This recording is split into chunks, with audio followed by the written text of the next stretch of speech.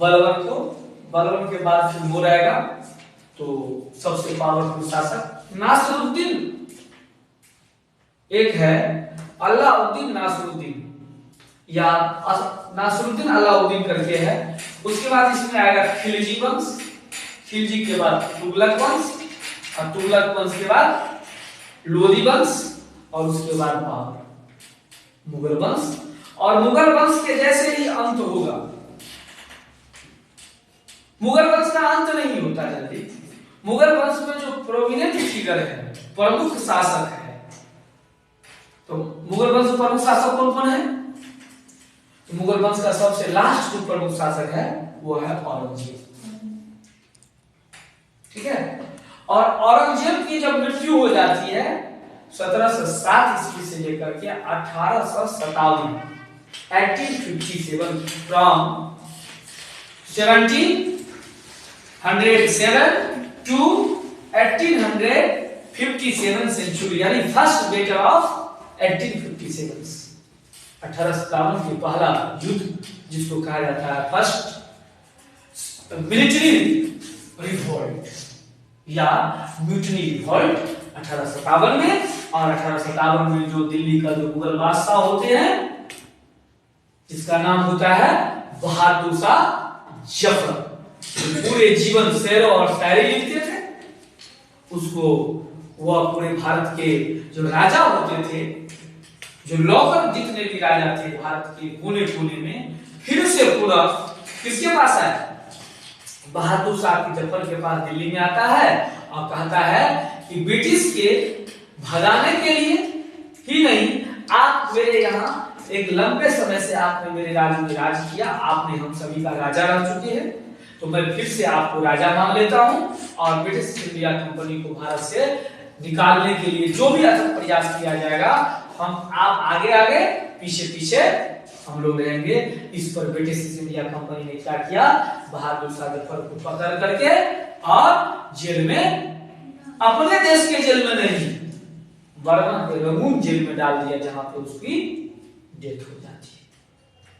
ठीक। और 1857 के बाद जो 1885 में भारतीय राष्ट्रीय कांग्रेस की स्थापना होता है, एक इंस्टीट्यूशन की स्थापना होती है भारतीय राष्ट्रीय कांग्रेस। ये भारतीय राष्ट्रीय कांग्रेस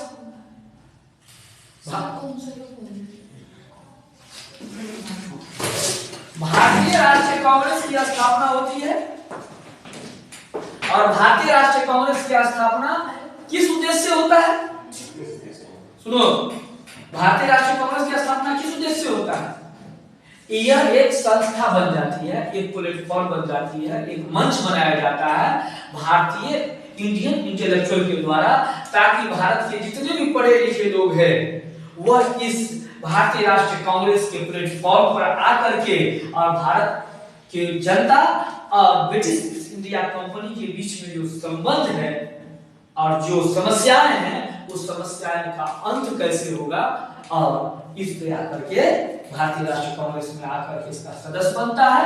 और हर साल एक मीटिंग होता है, हर स्टेट के प्रत्येक जिला में हर साल मीटिंग होता है। और इस तरह से भारतीय राष्ट्रीय कांग्रेस एक ऐसी संस्था बन गई जो 1885 से लेकर के 1947 तक काम करता रहा भारत में, और लास्ट तक जो है वह संस्था भारत को इंडिपेंडेंट किया। और यह संस्था बाद में चल करके भारतीय राष्ट्रीय कांग्रेस के संस्था भारतीय राष्ट्रीय कांग्रेस के द्वारा देश को आजाद करवाया गया। और फिर भारतीय राष्ट्रीय कांग्रेस अभी भी, जिसका अभी उत्तराधिकारी कौन है? भारतीय राष्ट्रीय कांग्रेस के उत्तराधिकारी कौन है? राहुल गांधी। और जिस समय भारतीय राष्ट्रीय कांग्रेस जब देश आजाद हुआ, उस समय भारतीय राष्ट्रीय कांग्रेस का जो प्रमुख नेता थे वो थे कौन? जवाहरलाल नेहरू, सरदार वल्लभ भाई पटेल, केशु भाई पटेल, सिया राजगोपालाचारी, ये तमाम राजेंद्र प्रसाद, जो भी इंडियन कॉन्स्टिट्यूशन को जो डेवलपमेंट किया गया उस समय ये सभी के सभी भारतीय राष्ट्रीय कांग्रेस के सदस्य थे। ये आपके हिस्ट्री का पिक पॉइंट है, और यहां से आपका 1885। फिर आपको इंपोर्टेंट डेट जो होगा वो कौन सा डेट होगा इंपोर्टेंट? 1885 के बाद 1905 बंगाल का विभाजन, और फिर 1907 का फिर सूरत फूट यू नो, सूरत का विभाजन, जहां से भारतीय राष्ट्रीय कांग्रेस दो खेमे में बढ़ जाती है, दो घेरे में बढ़ जाती है, दो ब्लॉक में बढ़ जाती है, एक गरम दल और दूसरा नरम दल। देखो ये बात याद है, गरम दल और नरम दल, क्योंकि गरम दल का विचारधारा क्या है? आइडियोलॉजी ऑफ द जो गरम दल है वो चाहता है कि वैसे भीख मांगने से आजादी नहीं मिलेगी, हम लड़ के लेंगे आजादी, हमको जो आजादी करने के लिए अगर हिंसक लड़ाई भी करना पड़ेगा तो हम करेंगे। दूसरा होता है नरम दल। नरम दल कहता है नहीं, हम आजादी रिक्वेस्ट करके लेंगे, निहोरा करके लेंगे, विनती करके लेंगे।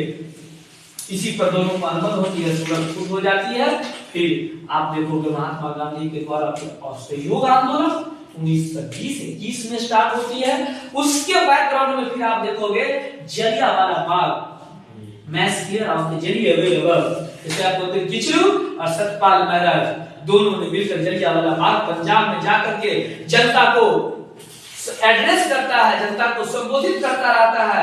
अचानक जनरल डायर को पता चलता है और कम से कम उस जलियांवाला बाग में लाखों की संख्या में बच्चे चच्चे इवन गर्भवती महिला भी उस भाषण को सुनने के लिए आई हुई थी। अचानक गया और चारों तरफ से मशीन गन बंदूक चलाता है और छोटे बच्चे के लिए, छोटे बच्चे भी मारे गए, बड़े बच्चे भी मारे गए, सबके सब मारे गए।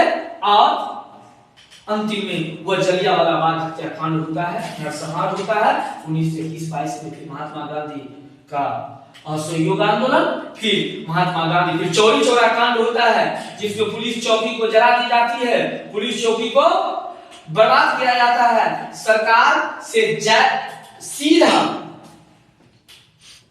टकराव करता है कौन? सरकार से ज्यादा जनता टकराव करती है। इस दुख से दुखी होकर महात्मा गांधी असहयोग आंदोलन वापस ले लेता है, कहता